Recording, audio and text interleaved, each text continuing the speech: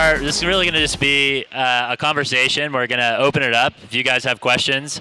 Obviously, Faze Clan being one of the preeminent esports organizations, I think Justin has a really unique inside view on what he's actually seen in the organization. It's been all over the news recently. So maybe, Justin, just start a little bit about your background, what you've been up to, how you found Faze Clan, and what's getting you excited about Faze.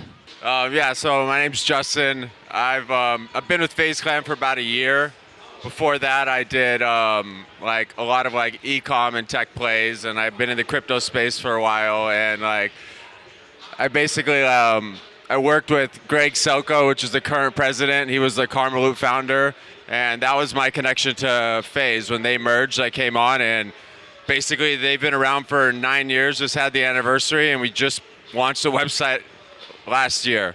So it's been like kind of like a new adventure for them, and the whole merch line, I'm sure you guys have maybe heard, is like we had these champion drops that sold out, and like the merch has been like really moving, and like the e-com side has been blowing up, and we put in our resources into building the site. And yeah, it's basically where we're at now. So I'll let you. Why do you think e-commerce is different for esports? Like how is that dynamic different than maybe other industries? Well, I think especially Faze Clan is like different, because like where normal like esports brands are more staying towards like the sports memorabilia side. Like we do jerseys, we do like the sports play, but like Faze Clan's also a lifestyle brand that has a bunch of like influencers that are really like fashionable and trendy and like have a lot of influence. And so on our side, we've basically been able to branch out from just traditional like sports memorabilia wear to now running like a whole basically comprehensive line. And we just launched like our new collection, which is 34 pieces, more fashionable stuff, more cooler stuff, and you know, everyone seems to really respond well. So I think that's where like Faze Clan and probably a lot of the other brands are going to start following it, is go like more like cool clothes as opposed to just like the jerseys and the things that people already love. And what makes like a successful drop versus like an unsuccessful drop based on what you've seen? Like what gets people excited? What gets the community excited to engage with, you know, buying merch from Faze Clan? I mean, the big thing obviously is the team. So the members of the team, like with our champion drop, we basically got it out to all the guys, and everybody loved it. And we didn't really put any marketing budget behind it because we have such a huge team with a huge following that them just loving it and posting about it created so much buzz that by the time we launched the site, there were, you know, thousands of people already sitting there for us to turn it live. And as soon as we turned it live, we basically oversold all of our inventory because so many people were already ready there waiting for it. Almost like a Supreme drop or something. It's like that kind of buzz the guys build by just loving the stuff, you know? And other than that, we do like with this line, it was more just about introducing more, you know, product to the site and having like a bigger selection. So there was less of like a promotional push behind it. So it's not the same kind of buzz and sales, but this is more for like the everyday wear and just kind of building up our line. So I know Justin was the architect. If you actually go to FazeClan.com and you check out their site, they have something called Faze World, which I think is one of the coolest things I've seen. Maybe you want to talk a little bit about what that is and what that could mean for the future of e-commerce. Yeah, so we basically launched a new site with this collection, and the idea is like you could dress like digital avatars in the clothing. So it's like we have a whole Faze room where it's an interactive room, and we add things in the room that you can play with, and then we have like you can try on all the clothes on avatar versions. And it was actually an idea that came from Banks, and he kind of is like, yo, I want to do like a retro gaming style, and that's what we went for, which was like they're all into old school games and that style. So we kind of like took the concept and like built it, and it's version 1 right now, which is like the standard one. But the idea is that like as we expand now, like we're gonna allow like our members to create profiles and buy virtual versions of the clothing too. So that's kind of like the next step where we're going with this esports. Awesome. So we're obviously here at the Digital Games and Asset Summit booth within E3. What do you think about, you know, when you think about blockchain, you think about these digital assets, how could you see them potentially interacting in this esports world? What are some you know, potential use cases of this technology? How can it potentially change the industry in your mind? Well, I mean, obviously the first thing that's just the logical sense is accepting crypto. So I think like I'm a huge crypto fan. Our CTO is a huge crypto fan. So we're already like been talking and thinking about how to integrate, and now working with these guys over here, and they've got solutions too. We're going to introduce first thing is payment. So at this point, will that increase sales? What it'll do, not really sure. It's more just about having the solution and being like kind of at the forefront of it. The other thing that we've been talking about, which is going to be a huge, I think, like benefit for what we do, is utilizing blockchain for like authenticity of the items. So right now we have a lot of people ripping our stuff off. We get knockoffs all the time. We have a legal team working on it. We also have third-party people shutting it down, but it's impossible, really. They pop up all the time. And he's been talking to me about a blockchain solution where basically it uses a QR code to identify every single piece of item. So we would print like a QR code on the item, and you could scan it and then verify with the blockchain to prove it's authentic. So I think that is something we're looking into like implementing right away. And that's one. Those are the two main things I could see at this point that we would probably be next steps for how I use blockchain with esports as far as the e-com side. Cool. In terms of how people might actually interact with these new skins, I guess these new digital skins in games, I mean, how has Faze Clan potentially played with that? Has it looked at kind of skins and these in-game digital items at all as part of its overall marketing and outreach strategy? Has it looked at that? Yeah, I mean,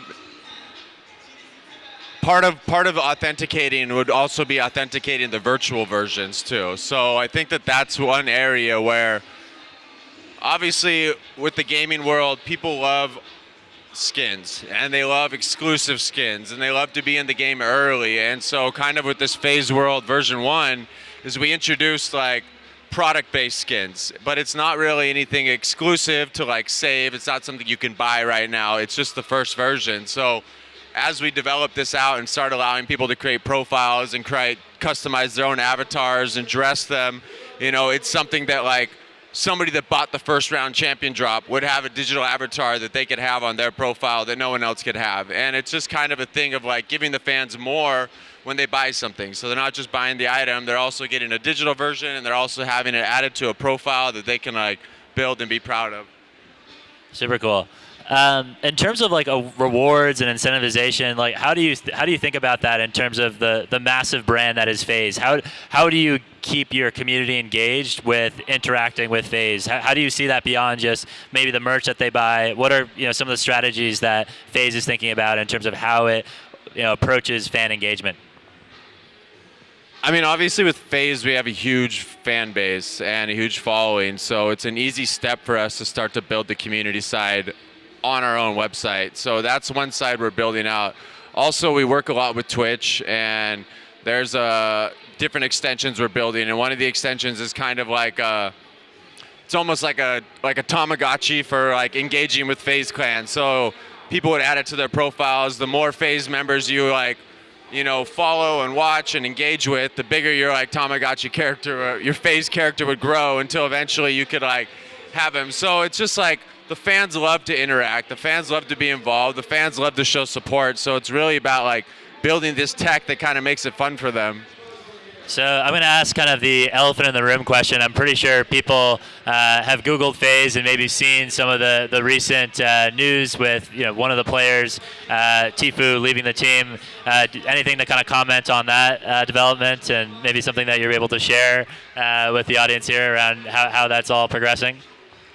I mean, basically it's one of those things that's up to the law right now, but where we're at as a esports organization, and I think where the industry at, is that it's kind of defined like how these deals are set up. I think in other industries, people have an agent and they have a thing, and that's kind of like a standard, and there's no really like laws in this. So I think that how this plays out is going to be a huge thing, and I think they're still working out the details. As far as I know, like Tfue's still on the roster, he's just going through like his legal debates. So it's one of those things that still has to be worked out, and hopefully it gets worked out. And in the meantime, we got our boy Nick Merckx on there, and we're doing like big things, and like, yeah, Nick Merckx, So it's like it was one of those things that came as a shock to everybody, and honestly, I don't think he necessarily handled it the right way, but it's going to work out. And I think at the end of the day, like on our side, like we're pretty confident that it's going to like work out positively. So one of the things I think is super interesting about blockchain, for me, it's always been about smart contracts.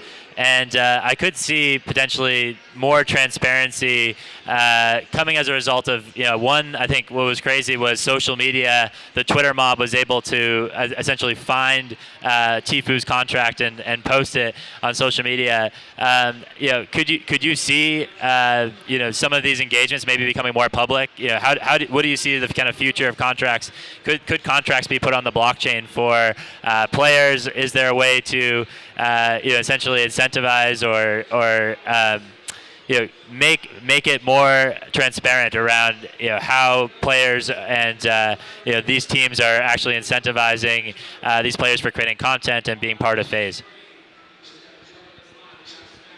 I mean, I'm really the e-com side, so as far as like contracts and how that's used, like I wouldn't really speak on that, but I would say that I think it's like any business. Like there's some things you want private and some things you want public, and I don't think anybody's really wants contracts public. So it's something that I think that at the end of the day, Tifu's unhappy with his contract, but a lot of other people are happy. And really, like from the time I've been there, from the last year, it's turned into like a much more like professional organization. We got like a new CEO that was a former president of Capitol Records, and we got Greg Solkin, the former like founder of Karma Loop, and they've really come in, and we have a board now and investors, and they're working everyone's contract, and it's become like a more like legit thing as opposed to before. It was just a bunch of kids that started, friending each other online and then making deals and putting together contracts, and they had consultants, and it was kind of like, Mickey Mouse together. And now things are really like coming in clean, and I think that like maybe if like the whole industry switches to something blockchain related, then it might make sense. But I don't think it would be something we would try to adapt early, Yeah, I think it makes a lot of sense. I think blockchain and crypto can be a buzzword that's overused in terms of thinking that we need to create all these applications on top of the technology. I think it's really just about augmentation and trying to improve probably existing processes and making them stepwise better. And I think it sounds like some of the stuff that you're thinking about and working on are kind of some of those stepwise changes. So how can we get people to buy merchandise, for example, using cryptocurrency? How might we authenticate and put merch items on the blockchain to guarantee authenticity and prevent fraudulent and fake items?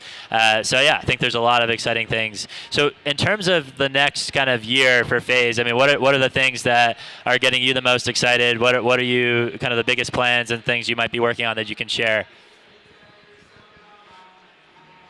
I mean, on the website side, we have like a lot we're building now. We basically like just launched this Faze World, which is the step one, and so we're going to build out a whole comprehensive like option with profiles, and that's the part I'm most excited about. We're also adding reward systems and point systems, and we're integrating more with our Twitch apps, and we have like a whole analytics system that's now being created and recording our players. So you're going to be able to subscribe to players and get clips and get updates, and all these things as far as tech, I think are going to make it like more fun and exciting. But as far as Faze Clan, I think like Faze Clan is just in the beginning of becoming like, the Yankees of esports. And really it's like we're already like the biggest and well known, and now it's really about becoming like, the best and most legitimate brand. And I think like on my side, it's really exciting that we're not only just an organization, we're also a lifestyle brand. So it's like fun and cool to be a part of Faze Clan, and I think that's why people love it. And when it comes to the clothes, like we're not just trying to make money, we're not just trying to like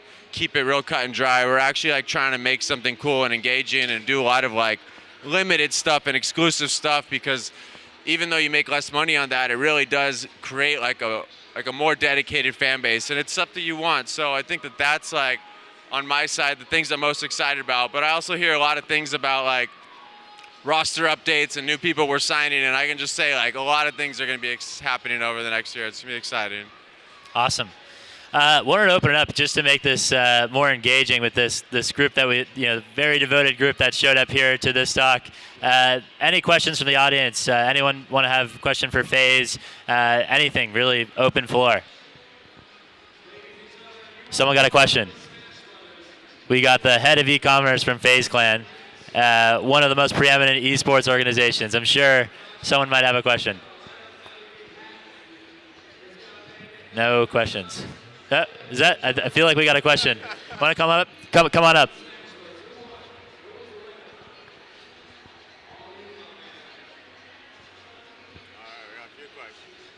Two questions. Perfect.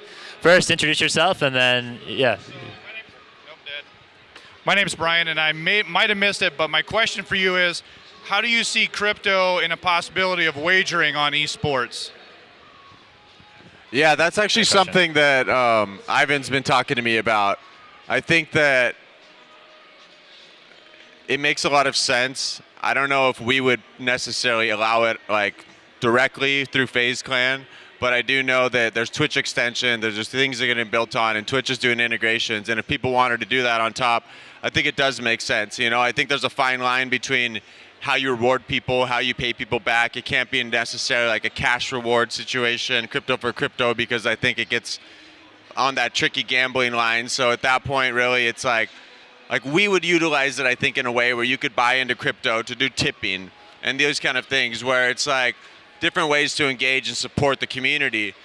But I do think that maybe all sports, you know, but especially esports is headed down where people are going to be able to place, you know, like wagers using cryptos on different activities. And I know that's something that he's been working on with Twitch to like basically add options where you can basically place a wager if someone's going to hit 10 kills, or place, you know, if they're going to win this tournament or these kind of things. And I think it's a super cool idea. I just don't think that it's something that we would ever really kind of get behind firsthand, you know? Awesome. Back there, I think you had a question. So my question is, my name's Nathan. It's Captain Crunch. All right, so two questions. First question is, what do you feel like was the most difficult obstacle? Because obviously you guys are very successful now. I mean, before all that, what would you say was the hardest obstacle that you guys had to overcome?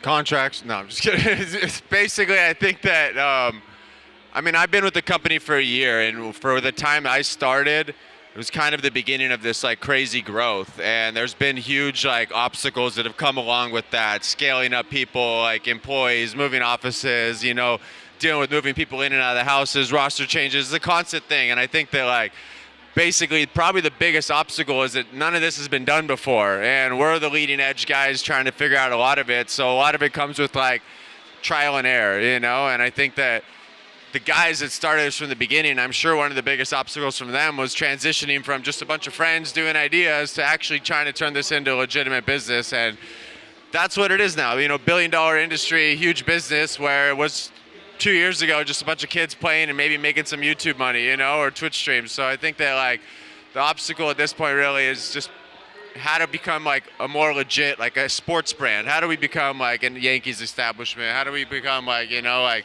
the NBA, the NFL, like these kind of things? That's going to be the next like really big step. Okay, and what's the working dynamic for you like your day-to-day? We basically, our offices are like a mile or two from the houses. So we go into the offices, and there's always people coming in and out, and we work with the different design and merch teams, and, you know, constant meetings, constant things. And then we go over to the houses to do shoots all the time, and it's kind of like a collaboration. And it's actually really exciting because like a lot of the talent that isn't like, you know, you wouldn't necessarily have like Derek Jeter coming into like, you know, meetings and like handling the business side. But in here, it's like we have a lot of the team, like Apex and Banks are in the office all the time working on stuff. And it's really like a cool place to kind of work. And a lot of things, you know, constant stuff getting done there, you know? Those are great questions. Do we have any more questions from the audience? Come on up. So introduce yourself first. I'm Tom Osborne, and you can call me Oz for short.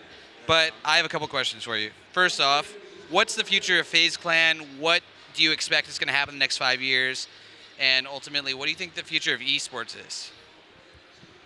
I think it really becomes like another sports organization. I think that right now it's more about like defining the things and setting up the teams, and obviously like Fortnite is going to be a game changer too, because traditionally everything we've done has been esports teams, and the esports teams, you join a league, the guys go compete, and now Fortnite is kind of changing the model where they're not really an esports organization, but we kind of treat it like that, and anyone can just sign up with a Fortnite account and compete competitively. So it's really not about like getting a team and going to events, it's about having the best people playing. So I think that that's an interesting thing to see how that evolves, and how like if other games do the same kind of model, if that builds like these other like teams around that. So I think that's a big question mark, and I'm curious to see how that one pays out.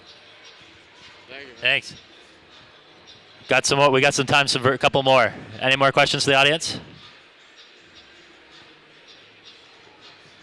And I got a question actually. So in the actual, what's it like being in the Faze Clan house? I'm sure obviously people probably see the YouTube streams of people giving Rolls Royce cars out to these these young kids. What's it like inside the house, and what's that like you being inside for someone that has never seen it? I mean, there's basically two houses. There's the Faze Clan house and then the Clout Gang house, and they're all kind of like joint related. In the Faze Clan house, there's a lot of streamers in there, and a lot of guys are in their rooms, so it's pretty quiet over there. When you go, everyone's in their room doing their things. When the stuff you see is like everyone comes out and creates content together. The Clout Gang house, it's a little bit different, where like there's a lot of people always out having meetings there, creating content. There's always something going on, and whenever there's like an event, everybody comes to those houses, and it's kind of just like a fun hangout thing. But like, it's definitely like a second office almost. Like every time I go there, there's people meeting at the big tables. There's always people creating videos. There's always something going on. And then obviously at the Faze house, like everyone's in their rooms just grinding away. So if you want to see them, you can hop on Twitch, but if not, you can see the rooms. In terms, and just to finally cap it off, I guess a good crypto question. I guess in terms of people on the team, who are people on the team that have expressed any opinions on Bitcoin or cryptocurrency, and what engagement have you seen within the organization and looking at crypto? Well, definitely our CTO is a big crypto supporter, and I've talked about a lot of things with him, and we've talked about all kinds of things from a Faze coin to how we're going to use blockchain, and now working with you, it's like we've just introduced a lot of people into the space, and it's not something that we've necessarily moved on, but it's something that we all see a future in, and I think that we all kind of we want to be in the first place to kind of get things started. So I think internally there's a lot of support for the whole crypto and blockchain. It's just a matter now of like how to integrate it and do it in the right way. Awesome. Well, we got one more question. Here, come on up.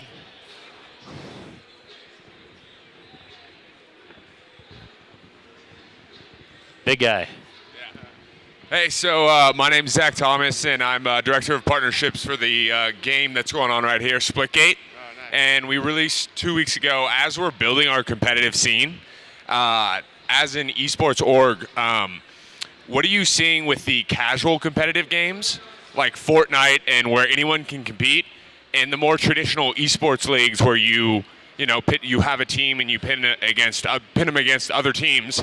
And which is more enticing for esports organizations these days? The traditional aspect where you build a team, or this other kind of friendly competitive scene?